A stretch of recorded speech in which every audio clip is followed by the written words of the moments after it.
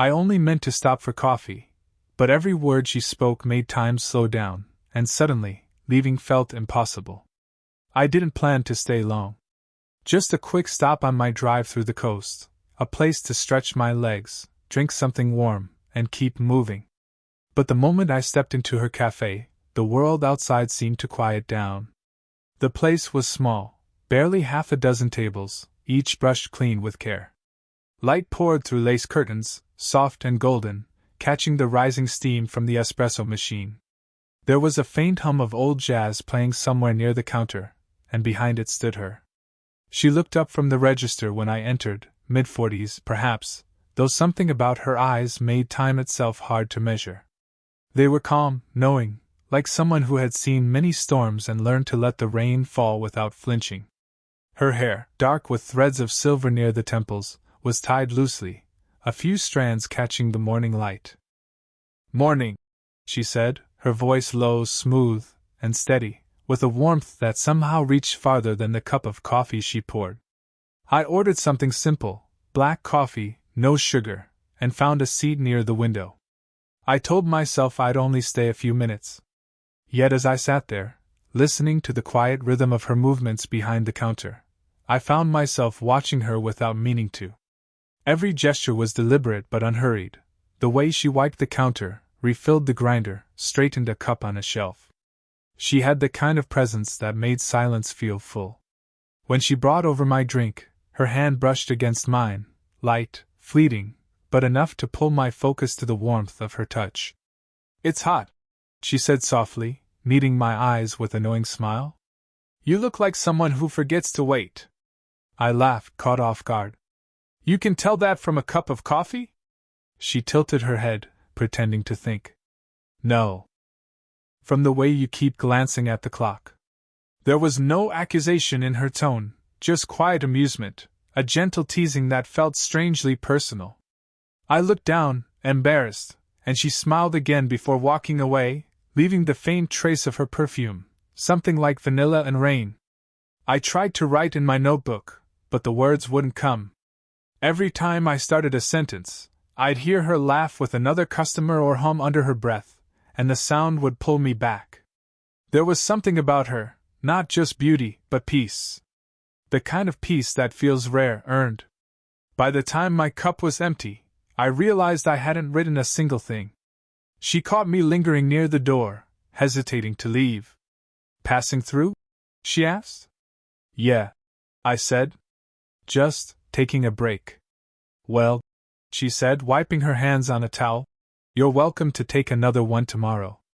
I smiled, pretending I hadn't already decided I would. I walked out into the soft sea breeze, but her voice stayed with me, low, calm, and impossible to forget. And that's when it began, the feeling that maybe some places don't want you to just pass through. Some voices make you want to stay a little longer. The next morning, the sky hung low and heavy, gray clouds rolling in from the sea.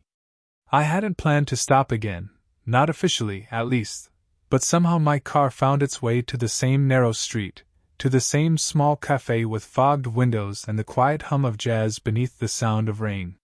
When I stepped inside, she was there, standing near the counter with her sleeves rolled to her elbows, her hair slightly damp from the drizzle outside.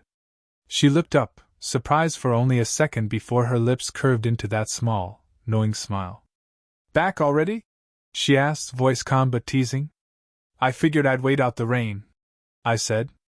"Of course," she murmured, pouring coffee with practiced grace. "The weather can be persuasive."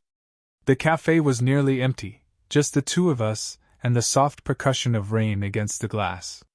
She placed my cup down, the steam curling between us like a quiet secret. I watched her for a moment, the candlelight reflecting faintly in her eyes, and realized how easily she filled the room without ever trying to. She sat at the counter across from me, drying a few mugs with a towel. "You're a writer, aren't you?" she asked suddenly. I blinked. "How'd you guess?" "You stare at people the way writers do, like you're memorizing them." I laughed under my breath. "You make it sound creepy." "Maybe it is," she said, smiling faintly. "But it's also honest." Something in her tone made me look closer. Beneath her composure there was a softness, not weakness, but something quieter. Vulnerability, maybe. She asked where I was from, what I wrote about, why I looked like I was searching for something I hadn't yet named. Her questions weren't idle. Each one landed gently, but deep. And slowly, I found myself answering things I didn't usually tell strangers. About my restlessness. About how I kept chasing stories because I didn't know where I belonged. She listened without interrupting, her eyes steady and kind. Then she said, almost to herself, "People come to the sea when they're tired of pretending they're fine." The rain thickened, tapping harder against the window. She rose to close it, and I noticed a thin scar along her forearm, the kind left by time and work, not carelessness. For a moment, she caught me looking. "Old kitchen accident," she said softly. "Every mark has a memory." Something in me stirred, not pity, but admiration. She carried her past openly, like the scent of coffee in the air, present, familiar, unashamed. When she returned to the counter, she handed me a towel to dry my hair. Her fingers brushed my temple, brief but warm, and it felt like more than kindness, it felt like being seen. Outside, the rain kept falling.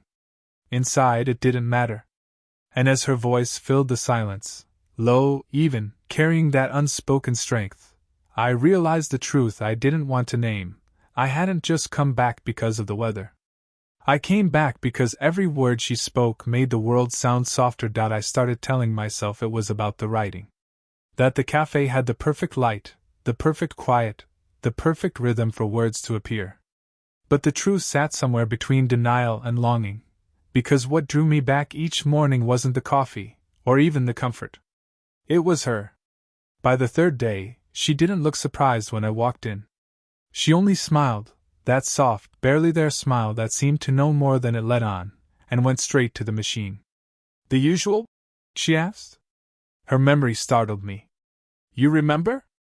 "I remember the ones who stay longer than a cup," she said, eyes glinting just enough to make my chest feel tight. I took my seat by the same window. The light streamed through the lace curtains and soft ribbons, dust motes, floating lazily in the air. Outside, gulls drifted over the gray-blue sea. Inside, she hummed while setting out pastries, her voice blending with the faint music that always played, some slow, nostalgic tune that made time feel heavy in a good way. We fell into a rhythm. She'd bring my coffee without asking, sometimes with a small note tucked beneath the saucer. "Try not to overthink today." Or, "Good sentences come when you stop chasing them." I'd pretend not to read them right away, but she'd catch me smiling every time. There were moments when our conversations would last just minutes, small exchanges about weather or books or the best way to tell a story. Yet, in between those words, something was building. It wasn't rushed. It was patient, like the tide against the shore. She'd ask, "What are you writing today?" And I'd lie, saying it was fiction. But in truth it was her laugh, her calm, the way her hands looked steady even when she spoke about chaos. One morning, I noticed she'd braided her hair differently, and before I could stop myself I said, "That suits you." She paused, a faint surprise, then a smile that didn't quite hide the small blush rising on her cheeks. "You notice too much," she murmured, turning away to hide it. "I write for a living," I said. "It's my job to notice." Her reply came soft, almost playful. "Then I suppose I'll have to be careful what I let you see."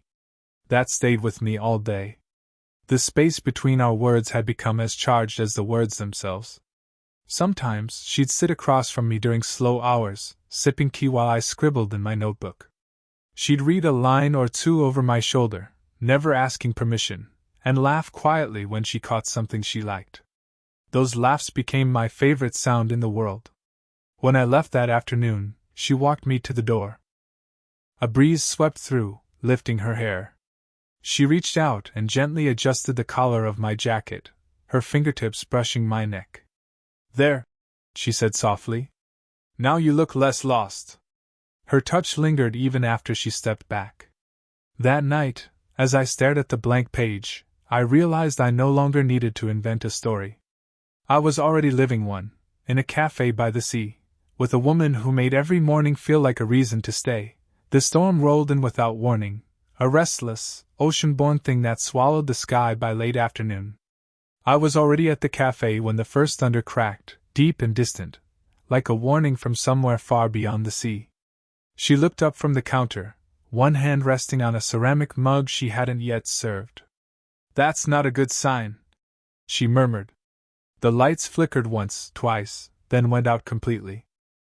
The hum of the refrigerator died, and the world fell into a thick, humming silence, only the rain tapping against the windows and the steady rhythm of our breathing. "Well," she said after a moment, her voice cutting softly through the dark, "looks like you'll have to stay a little longer." I smiled, though she couldn't see it. "You say that like it's a bad thing." She laughed quietly, the kind of laugh that feels like light in a room. "Bad for business, maybe. Not necessarily for company." She found a few candles and began lighting them, one by one. Each flame wavered, spilling golden light across her face, soft, flickering, alive. Without the hum of machines or the chatter of customers, it was just us, the rain, and that warm, trembling glow between us. I watched her from my seat. The shadows painted her features differently, gentler somehow. She looked both older and younger at once, the woman who'd built a life from solitude, and the girl who must have once believed in impossible things. She caught me staring. "What?" she asked, half smiling. "I was just thinking." I hesitated. "You look different in candlelight." Her brow lifted slightly. "Better or worse?" "Different," I said again, because it was safer than beautiful. She set the candle down between us and sat across from me, resting her chin on her hand. "You're not very good at lying, you know." "Then maybe I just don't try when it's the truth." That silence, that small, suspended moment, held everything we hadn't yet said. Outside, the rain grew heavier, blurring the glass until the world beyond vanished. "I like storms," she said softly. "They make people honest. There's nowhere to hide." I nodded. "You don't seem like you hide much." Her eyes flickered toward the window. "You'd be surprised." She told me then, about the husband who'd left years ago, the child she never had, the way the café had become her anchor when everything else drifted away. Her words came slowly, each one quiet, deliberate, like a truth uncoiling in the dark. I listened. Not because I knew what to say, but because I didn't want her to stop. Every sentence was a piece of her life she'd never shared before, and somehow she trusted me with it. When her voice finally trailed off, I reached across the table and rested my hand over hers. "You deserve more than the storms," I said quietly. Her fingers curled slightly beneath mine, hesitant, but not retreating. "Maybe," she whispered, "but sometimes storms bring the right people inside." The power returned hours later, but neither of us noticed right away. By then, the candles had burned low, and something between us had changed, not loudly, not obviously, but in a way we could both feel. The kind of change that doesn't need words, only warmth, and the courage to stay when the lights come back on. For a while, our small world stayed untouched, a quiet rhythm of mornings, smiles, and half-spoken words. But small towns have sharp eyes. Eventually, people began to notice the way I always sat by the same window, how she poured my coffee before I ordered, how our laughter seemed softer when shared only between us. At first, it was harmless, a raised eyebrow here, a knowing smile there. Then came the whispers. One morning, as I stepped into the café, two women near the counter lowered their voices but didn't quite lower them enough. "He's much younger," one said. "And she should know better," the other replied. I pretended not to hear. She did too. But the silence that followed was heavy, the kind of silence that knows it's being watched. She still greeted me with a smile, but it didn't reach her eyes the same way. When our hands brushed as she set down my cup, she pulled back too quickly. Even her laugh, usually light and unhurried, now carried something strained, like she was trying not to give anyone more reason to talk. That afternoon, my friend Tom dropped by the café, one of those friends who never learned the meaning of subtlety. "So this is her," he said, smirking as soon as she turned her back. The mysterious woman you keep writing about. I glared at him. It's not like that. He raised an eyebrow. Sure, and I'm the Pope. His teasing tone made it worse, not because he was wrong, but because saying it out loud made everything fragile. I could feel her glancing over from behind the counter, catching only pieces of our conversation, but enough to know. After Tom left, I lingered, waiting until the café was empty before walking up to her. I'm sorry about earlier, I said. He's just a friend. I know. Her tone was kind, but distant. I hesitated. You've been quieter lately, she sighed, setting down a towel. People talk, that's all. They always have. It's easier to let them. I stepped closer, but she didn't move. Does it bother you? Her eyes lifted to mine, searching. What bothers me is that it might bother you. It doesn't, I said, though maybe it did, not because of shame, but because I hated that something so gentle could be twisted by those who didn't understand it. She gave a small, weary smile. You're young. You don't owe this town explanations. And you do? I asked quietly. Her silence was the answer. When I finally left that day, she handed me a napkin with my change, folded neatly. I didn't open it until I was halfway down the street. Inside, in her handwriting, were 5 simple words. You make the mornings lighter. The words hit harder than I expected, tender, defiant, and tired all at once.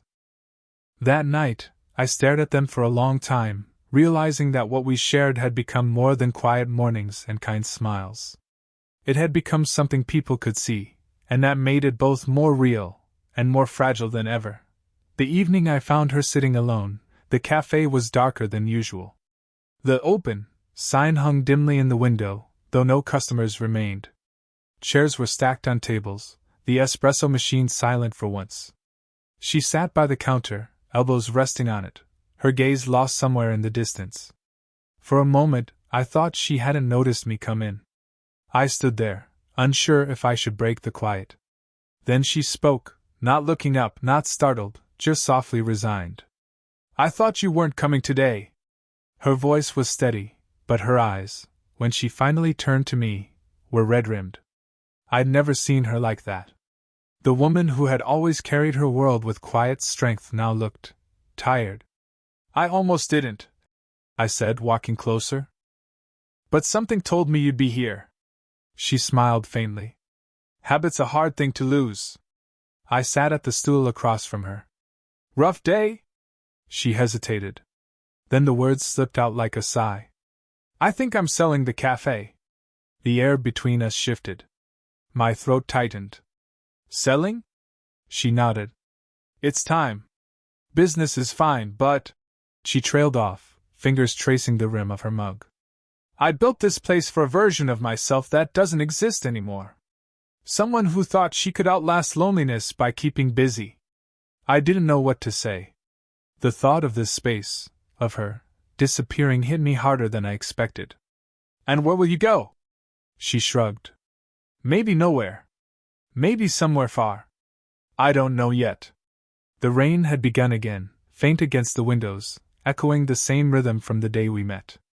She looked toward it, eyes soft but distant. I thought by now I'd feel full, she said quietly. Like all of this, the years, the work, would add up to something. Her voice cracked just slightly. But I'm still waiting for my life to start feeling like mine again. I reached out without thinking, my hand finding hers on the counter. She froze, startled by the touch, but she didn't pull away. You made mine feel that way, I said. Full. Real. She blinked, caught off guard by the honesty in my voice. You're kind, she whispered. I'm being honest, I said. You're the reason I stopped running. For a long moment neither of us spoke. The only sound was the soft patter of rain and the quiet hum of a refrigerator struggling back to life. Her hand turned slightly beneath mine, her thumb brushing against my wrist, a small, trembling motion, but full of something words couldn't hold. She looked at me, really looked, her voice low. You shouldn't say things like that. Why not? Because they make it harder to let you go. I wanted to tell her I wasn't going anywhere, that I didn't care about the whispers or the years between us. But the words stayed trapped in my chest. So instead, I just held her hand. She didn't move it away. The rain outside eased to a gentle drizzle, like even the storm had softened for us. In that silence, that fragile, flickering moment, everything we'd been avoiding stood quietly between us: truth, fear, and a kind of love neither of us had planned for. And though either of us said it aloud, we both knew the next choice would change everything. Months passed, and the café remained, the same soft music, the same lace curtains, the same golden light that always seemed to find her. Only now, everything felt a little different. The whispers had faded, the stares had lost their edge, and life had quietly settled back into rhythm. She hadn't sold the café after all. I never asked what made her change her mind. Maybe it was the way the sea always called her back, or maybe it was something simpler, something we both knew but never needed to name. I still came every morning. Sometimes I wrote. Sometimes I didn't. But the act of being there, of hearing the faint clatter of cups, the low hum of her humming while she worked, felt like its own kind of writing. Like every small moment with her was a line I never wanted to end. When she brought my coffee, she didn't ask for my order anymore. She just smiled, set it down, and said, "You look like you need a strong one today." She was usually right. We spoke less than we used to, not because there was distance, but because silence had become comfortable. We didn't need to fill it with anything. She'd move around the cafe, refilling cups, wiping counters, and I'd watch her, still amazed by how effortlessly she carried peace with her. One morning, a young couple came in, tourists maybe, and I caught the girl whispering. "They seem close." Her boyfriend chuckled. "Married?" The woman behind the counter, the one who had once worried about being seen, just smiled to herself. She didn't correct them. She didn't blush. She simply poured their coffee and said, "Something like that." After they left, I teased her. "You didn't deny it." She tilted her head, playful. "Should I have?" I shook my head. "No." She leaned across the counter then, just slightly closer than necessary. "Then don't look so nervous when people notice." There was that pause again, that gentle, magnetic stillness that always pulled me in. Later that afternoon, when the cafe was empty and the light outside had turned the color of honey, she came to my table and glanced at my notebook. "Still writing?" "Trying," I said. "But you keep distracting me." She laughed, that low, familiar sound that had drawn me in from the very first day. "Then maybe I should stop talking." "Please don't." She smiled, soft, knowing, and a little bit shy. Then she came around the table, standing behind me, reading over my shoulder. I felt the faint warmth of her hand rest on mine as she leaned closer. Her perfume, coffee, cinnamon, something faintly floral, drifted between us. "What's this one about?" she asked. I hesitated. "You." She laughed quietly, then said in that voice I'd memorized long ago, "Then stay a little longer." The words weren't dramatic. They didn't sound like a confession. But somehow, they felt bigger than anything else she'd ever said. So I stayed. Through seasons changing, through new faces in the cafe, through mornings that turned into years. And every day, when she spoke, even if it was just to ask if I wanted another cup, I felt that same quiet pull in my chest. The same truth I'd known since the first morning. Every word she spoke made me want to stay longer.